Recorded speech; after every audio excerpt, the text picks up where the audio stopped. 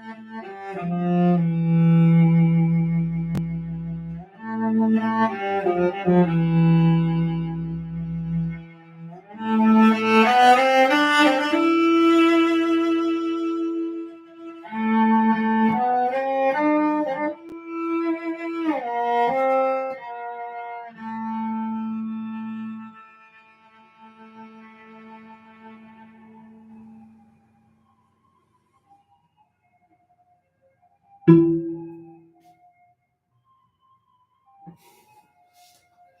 don't know if you can hear it. Garbage collection.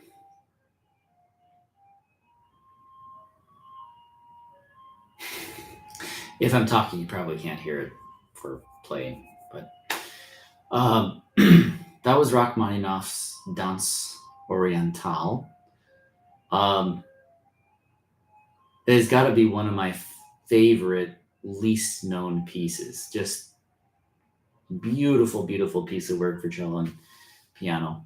Actually, I don't even know if it's originally for cello and piano, but it is stunningly done, and I'm guessing it was arranged by Rachmaninoff. It just has the touch, the feel of Rachmaninoff's hand.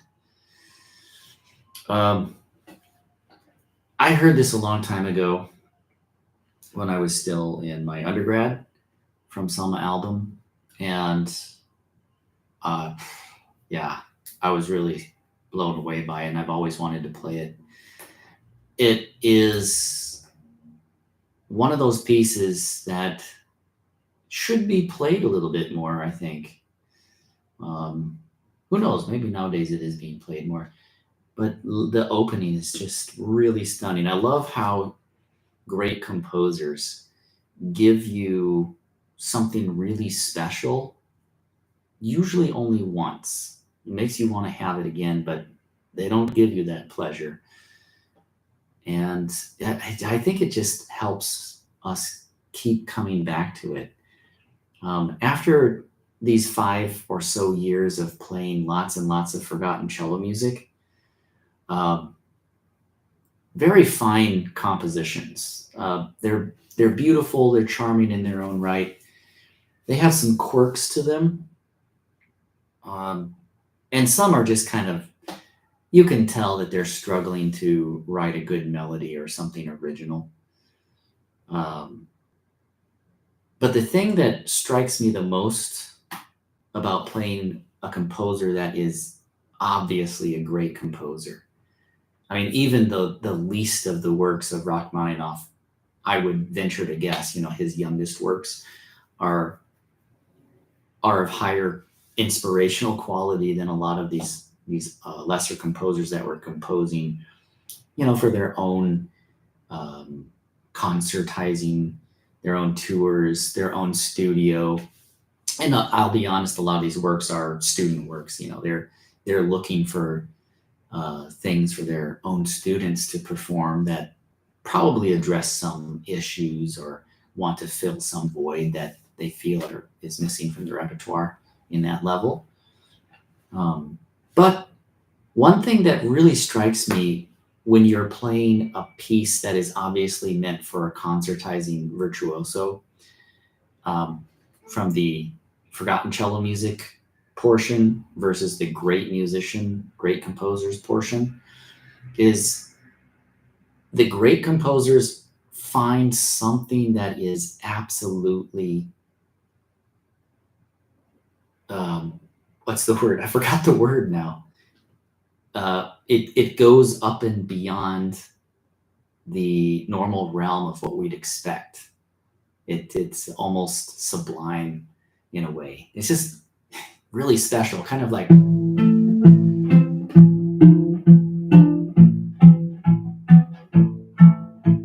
something like that. I think this accompanimental pattern where the piano takes over the melody from the beginning. Actually, I have to look at the music because I don't have it memorized, as you found out. This. And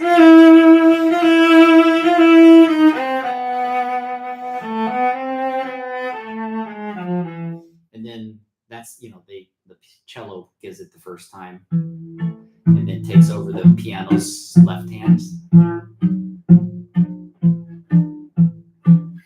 I think that's quite special right there.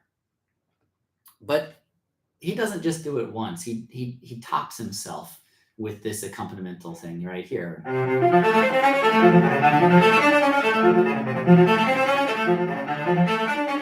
don't know. Somehow he makes it important. It just sounds stunning the way he does it. It's just fabulous music. And then he comes back with the theme A here an octave higher.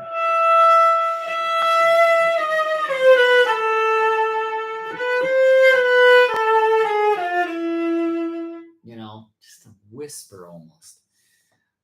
Oh man, it's just a wonderful piece of music, and I sure hope more people play the Rachmaninoff Danse Orientale.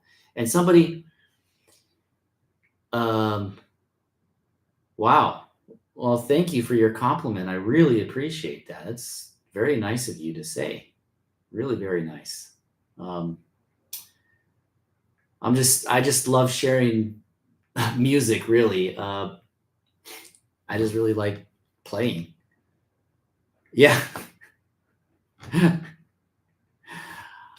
Thanks.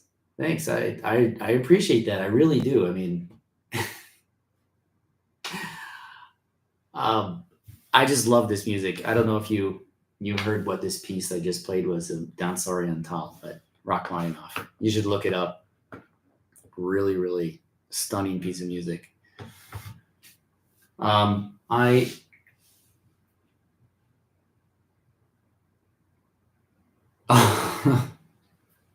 thank you.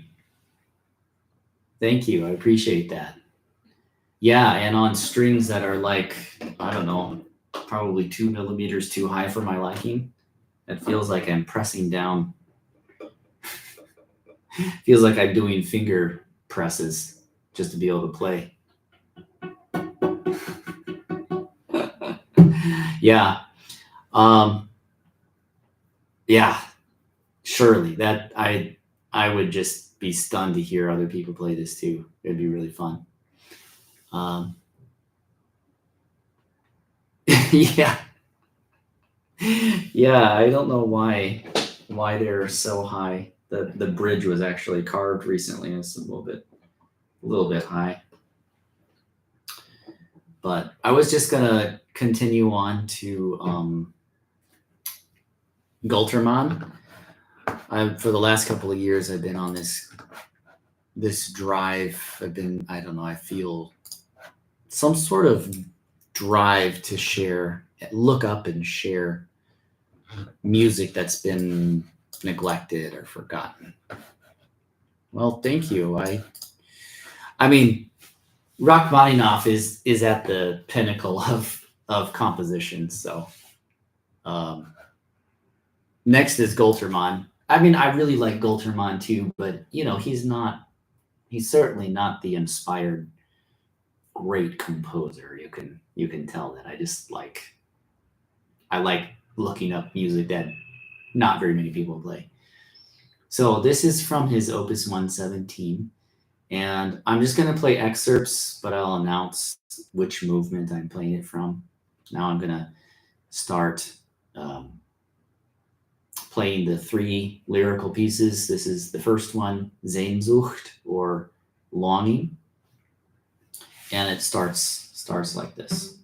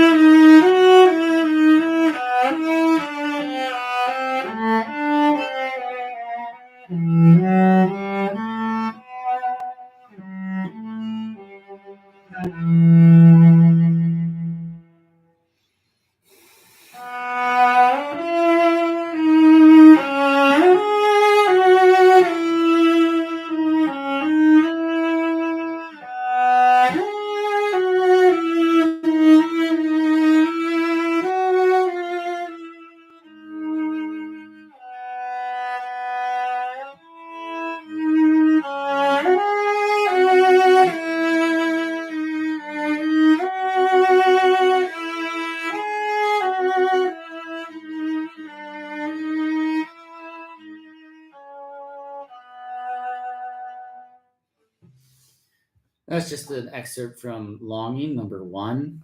Now I'm going on to just the beginning of number 2, which is entitled Freude und Leid, Joy and Sorrow.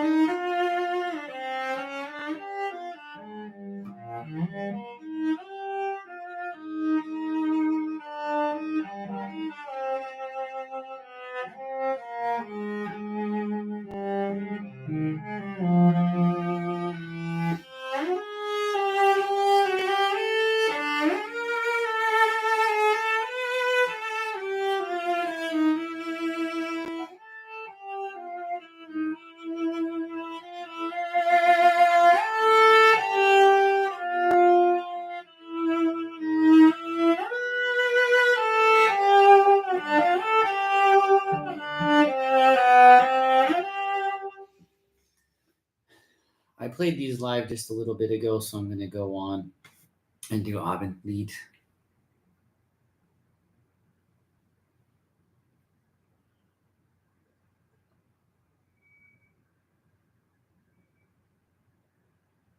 Well, I really appreciate that. That's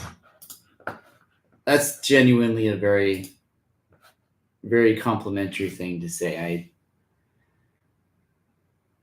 Wow.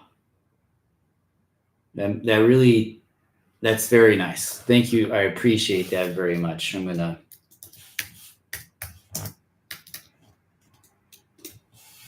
type it in even. Okay, here's number 3 from Goltermann's Opus 117, Abendlied, or Evening Song. I guess you could translate it. This is the 3rd lyrical piece from his set.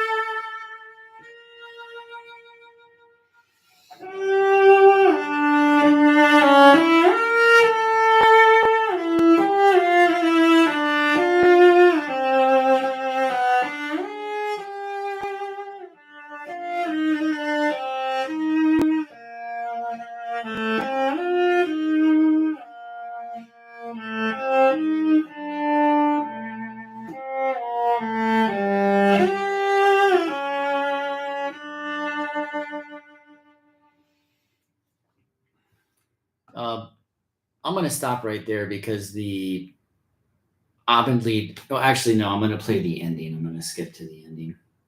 I think the ending is really nice on this Abendlied.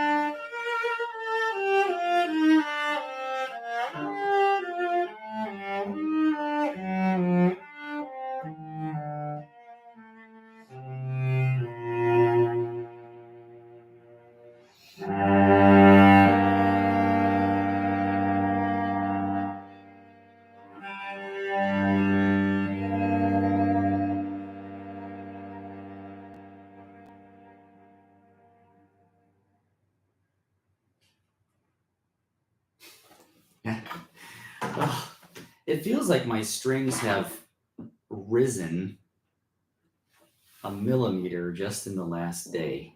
I don't know what it is, but they feel like they are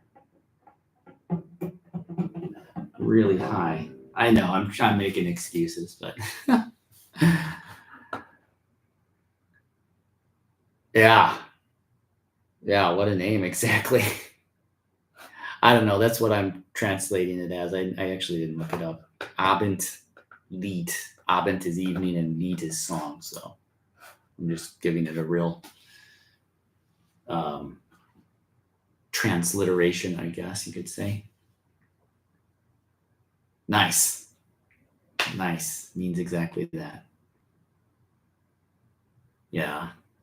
I mean, I speak German okay, but definitely not fluent. Or I should say definitely not native speaker level. But I wanted to my purpose was to talk a little bit after I play the pieces that I planned on that I put in the title and description. I played through all three of these in their entirety in my previous live stream. Oh, no. I'm not trying to ignore anybody. I'm just talking. Honestly, I didn't expect anybody to get on here, so I wasn't even. I was kind of surprised when you put a message, typed a message. So I appreciate it. Thank you very much. I've been on here many times without anybody saying anything. Oh, great! That's awesome. So I'll just continue what I planned on then.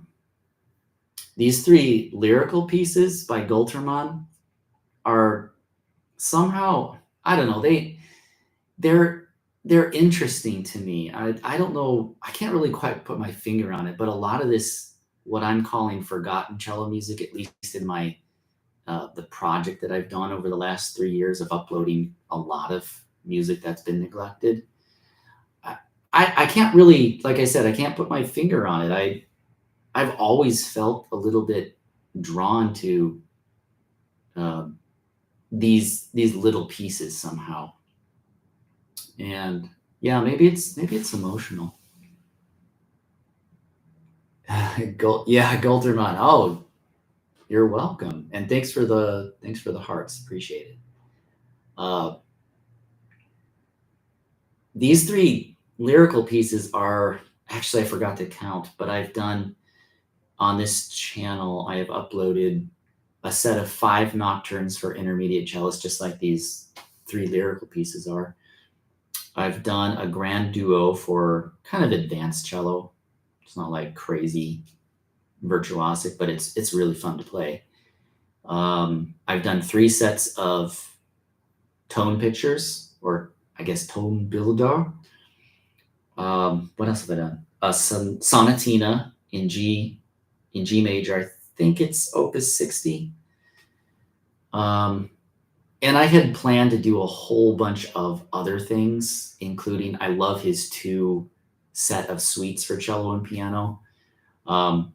Basically, what it boils down to is I get kind of lazy. I don't have a pianist that I'm working with regularly, so I enter everything into MuseScore, and then I record myself playing with that canned accompaniment from the MuseScore notation application. I know it sounds really cheesy when I put it up, but I just can't help myself because I want to play. I haven't played regularly for a lot of years.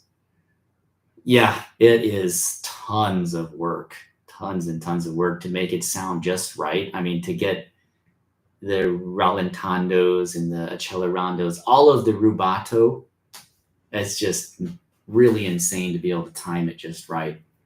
I mean, you have to count it out and you have to make notes for yourself so you always count it exactly the right way. Otherwise, it always sounds a little bit off. Anyway, back to Goltermann Opus 117 that I just did excerpts from. I don't know, the Sehnsucht has a really nice line that I enjoy quite a lot. But I think even more than that, I like how they're in what's it called? Oh man, many years since I was in theory class. Ternary. Is it ternary form? ABA. And I love his B sections. I just really love his B sections. And it's kind of funny because in the nocturnes, I often liked the A sections more than the B sections, but in these lyrical pieces, it's umgekehrt. It's like switched. I like the B sections oftentimes more than the A sections. Now, they are very repetitive, I feel. And so I'm struggling to find ways to hold the interest. Now, bear in mind, I've actually not practiced them very seriously, just a little bit over the last 2 weeks. But anyway, for what it's worth, I don't want to blab on for too long. Just that I just think that these lesser composers also serve a really nice bridge for many students. I'm not going to say every student, but for many students, I think they can serve a very nice bridge between doing obvious student stuff, really easy or much easier arrangements from other works or very simple cello pieces, and just suddenly jumping into kind of major works. And I know I love doing the great cello music. I mean, I love it all. I love Bach and Beethoven and Brahms and Shostakovich and Prokofiev and all of the Schumann, Mendelssohn, everything. I can listen to it all day long and it wouldn't bother me at all. But I think for a lot of students, just being able to bridge the gap would serve quite a big purpose, a very useful tool to developing technique, but also stamina, because if you play these sonatinas, I think they work. Yeah, I mean, oh, thank you. I actually thought I saw something else. My argument is good. Well, I appreciate that too. At least a couple more people agree with me. I mean, off live, I've had discussions with other people and some of them agree with me, but I think that like Goltermann, he obviously knows composition, and Klangel, obviously he knows composition. He's well versed in it. It's just that, a lot of times it's sometimes a bit awkward. A lot of times it's just kind of not inspiring to play. So I can understand that. But anyway, I've been picking pieces like this here and there. I've been sometimes just throwing pieces at students, and I notice that they struggle quite a lot to understand it. So I'm waiting for the right moment for some of these, for some students to just get up a little bit higher in conceptualizing music. But I've got one actually right now that I think can do it. And I've actually thrown a little August Nulk at him, where the first position pieces. I think it's also Opus 117 or 113. Now, I actually probably should log off in about 15 or 20 minutes because I have other things to do at home, but I really do want to play this last one, and that is the Swan. And for me, this makes a lot of sense. I didn't really learn piano that much, but there's so much piano music that has been transposed or just really reduced in complexity so that beginners can play major themes from great music. This is an example, I would say, of what the arranger is kind of like they're trying to accomplish. They want to introduce great music to lower level players, the ones that aren't quite there in either technique or being able to shift and all. And this is down an octave. It's in G major, just like the original.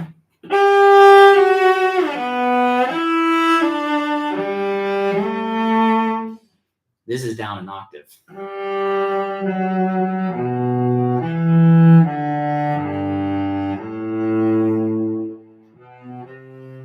And for me, this is just wonderful. So before I say anything more, I'm going to continue playing, and I'll play the entire thing down an octave. So here we go.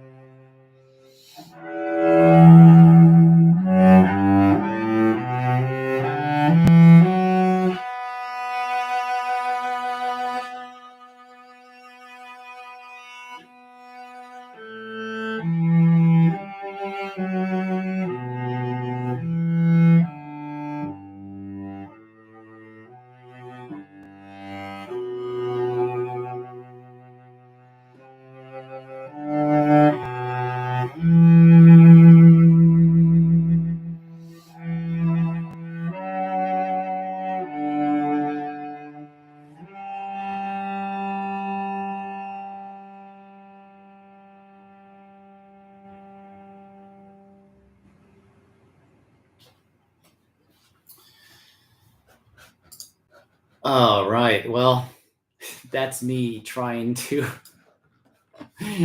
I was end up trying to impress when I know people are looking, and then I do silly things like play unplanned fingerings. So sorry about that. I never practiced seriously some of those fingerings, but I don't know. I maybe I'm wrong, but I just think it makes a lot of sense to let kids, let beginners play good themes. I mean, we do it with, right? We do it with Joy, Ode to Joy, and all sorts of other things. Why not do it with actual cello music as well? I think it makes a lot of sense, at least for some of the pieces. Um, I also think that this piece in its original key actually works pretty well. Now, I've never played it with the piano down an octave, and I'm pretty sure that it would be pretty muddy sounding. But still, for a student, especially for a kid, that would be pretty exciting to be playing something like you could sink your teeth into musically. I think it would be really interesting. And besides, I think the pianist could probably like thin out the part a little bit. You don't have to have the rocking left hand in eighth notes constantly, probably, and it would still sound okay. I mean, it happens all the time, and these days, listen to all of the musicians that are just kind of rewriting a whole bunch of music, or I guess you should say arranging music. I think it's time. I don't know. If I'm wrong, if you think I'm wrong, let me know. There's so many people out there that are not just rearranging music, but they're doing time. There's so many classically trained musicians playing pop music and rock music and whatever else, jazz and folk and all that. I myself actually had about a year's worth of lessons online where I exchanged videos with a teacher for learning folk music. I've always enjoyed jazz and folk, and I just thought it would be really informative. There's so many pieces that in the classical world that really take their cues, I think, from folk music, and some quotations probably here and there. But it really struck me. I think I did those lessons before I went through Broderick and Wilkinson's like late 1700, probably early 1800s cello treatise. It's a really early cello treatise, and the whole thing is just chock full of folk music. The whole thing is just fiddle music, really. Then there's a couple of Handel things, and also God Save the King. I guess that now it's God Save the King, right? Really interesting to me. These are the things that drive me.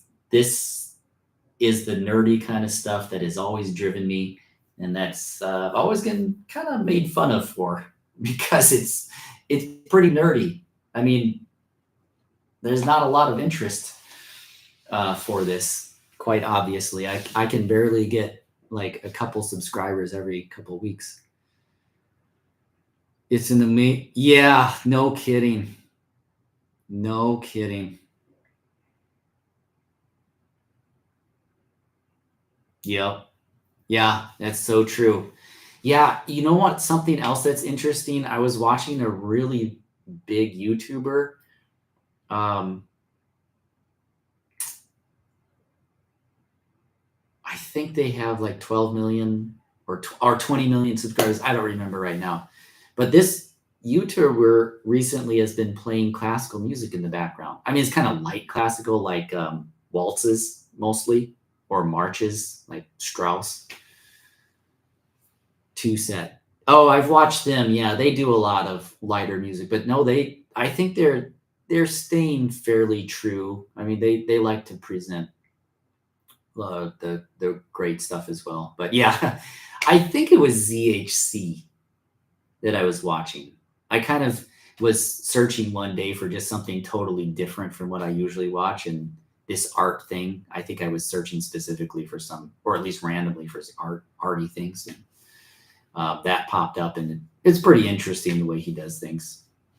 But recently he's been playing these classical backdrops, just snippets usually, but mostly classical, and then in between he'll do like whatever the beat is. I'm not well versed in it, hip hop or pop or something like that.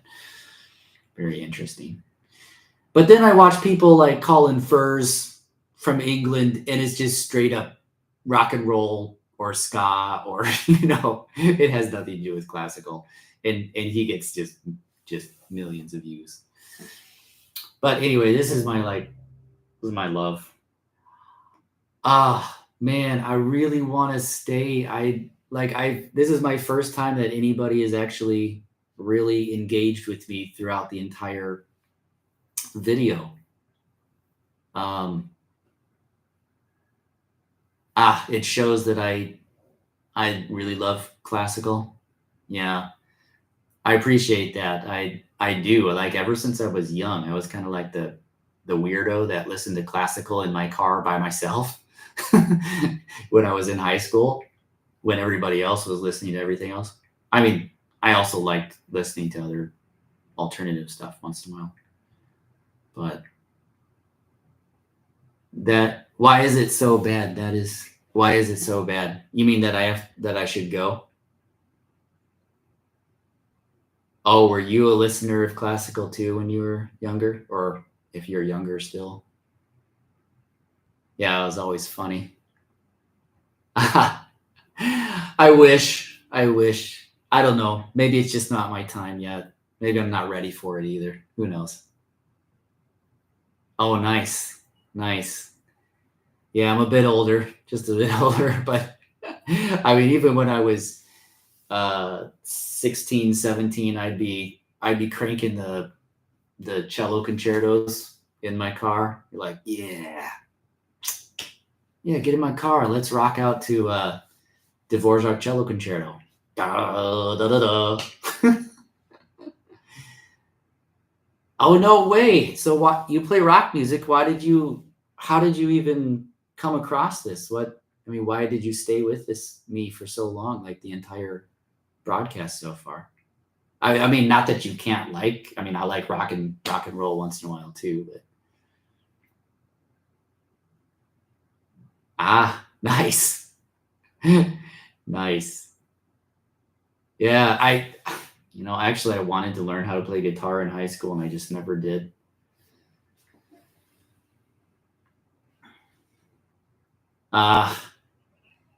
Not that I'm an expert, I would say, but I love classical music so much, and I've read so much literature on classical music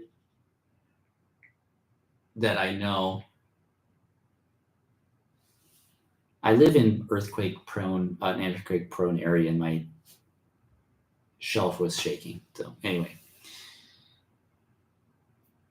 we could switch, yeah, and people would really run away. They would really run away at the guitar playing. I can play. How does it? I can't think of it on cello because the strings are tuned differently.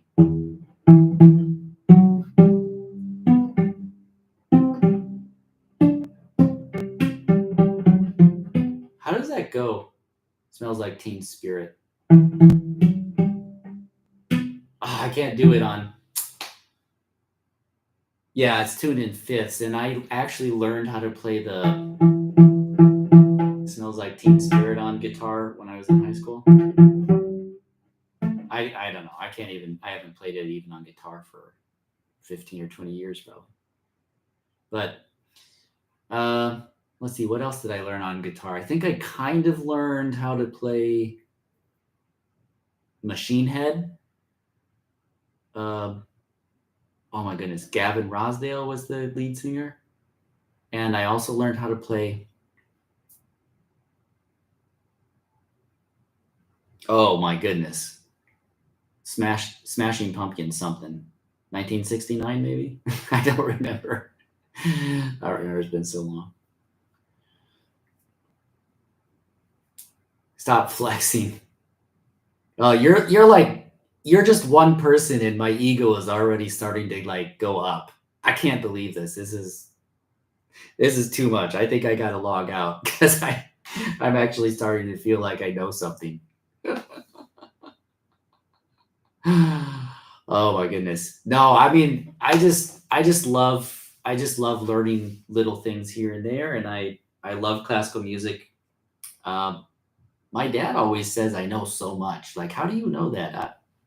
I don't know. I didn't actually think I knew that much about history of classical music and in theory, but I just read tons and tons of biographies when I was little.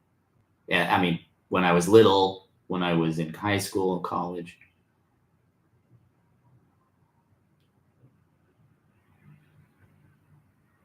Well, thanks. You you've made some very nice complimentary comments. I appreciate that. Really do.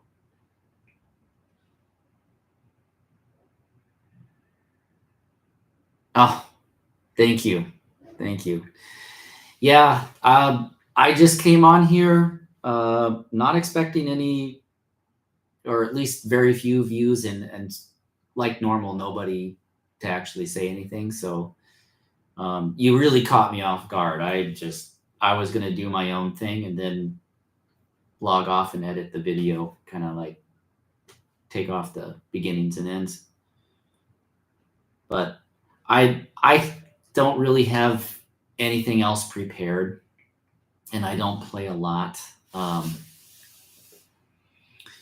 a lot anymore. What it not I you.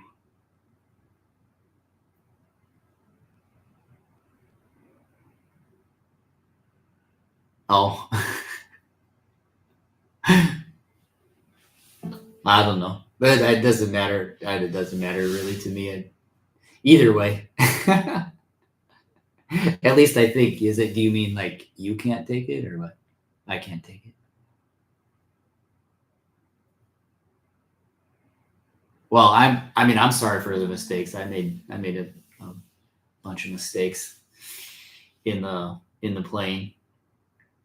So I think what I've been thinking of for next time is um, I kind of I don't know. I kind of want to play more etudes, but I kind of want to have more viewers too. So I'm like really torn. I want to build some more viewership, but the thing is, like, if I do a whole bunch of more popular type things, then people are going to get the wrong idea. Like, my channel is all about more standard or popular type of, like, popular tunes within the classical genre. I mean, and I don't know. I kind of feel like I want to stay. I mean, my channel is not dedicated to forgotten cello music by any means, but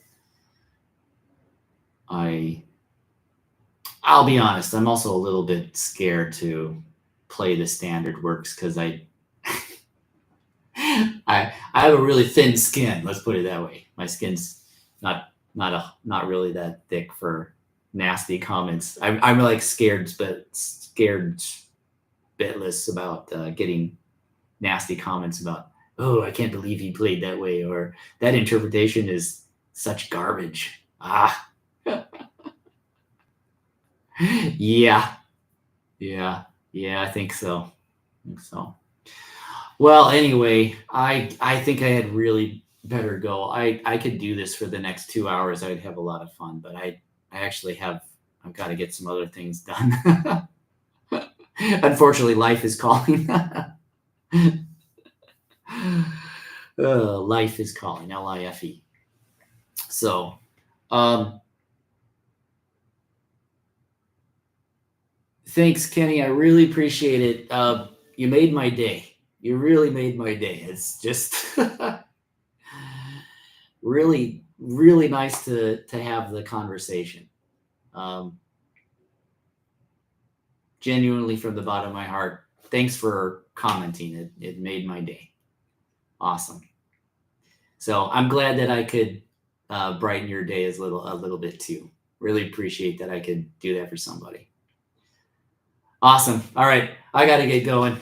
So I hope you see me next time I go live. I'll hopefully do it in the next week. Hopefully, anyway. All right. Bye bye.